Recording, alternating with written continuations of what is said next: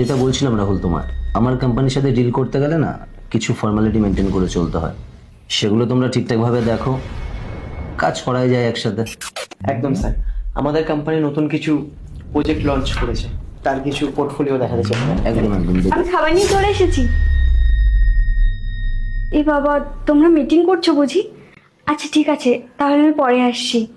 Excuse me, এখানে একটা important meeting চলছে, নক না করেই চলে এসছো? তুমি কোনো ম্যানার্স জানো না? সত্যি কোথা থেকে যে চলে আসি এরা। আমাদের মিটিংটাই নষ্ট করে দিল। আচ্ছা তোমরা তাহলে মিটিং করো, আমি পরে আসছি। তোমাকে কোথাও যেতে হবে না, এখানে এসে দাঁড়াও, আমি কাজটা সেরেই খেয়ে নেবো। স্যার, আপনি একটা গায়া ভূতকে এভাবে অ্যালাউ করছেন? মিটিং এর জায়গায় এরকম একটা কাজের লোককে অ্যালাউ করছেন কিভাবে, সেটাই তো বুঝতে পারছি না। মিস্টার রাহুল, প্রথমেই তোমাকে বললাম না, আমার কিছু ফর্মালিটি আছে মানুষকে সঠিক সম্মান করার, আর ও আমার ওয়াইফ, কাজের লোক নয়। ওয়াইফ?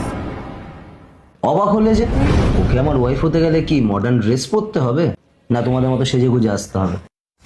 কিন্তু স্যার, আপনি এত বড় একটা কোম্পানির ওনার, আপনার ওয়াইফ হিসেবে এনাকে তো আমরা মানতেই পারবো না। স্যার আপনার স্ট্যান্ডার্ড আর ওনার।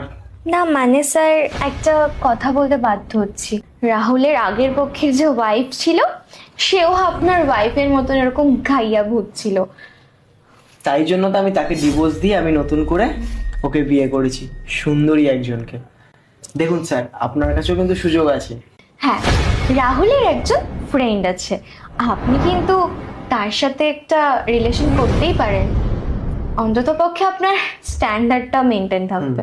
আর আপনার দেখে তাকে ভালোও লাগবে। দেখো রাহুল, আমি আমার বউকে নিয়ে অনেক খুশি আছি। তোমার বউয়ের সাথে তোমার ডিভোর্স হয়ে গেছে। আরে তুমি তো স্বার্থপর একটা ছেলে, যখন তোমার খারাপ সময় ছিল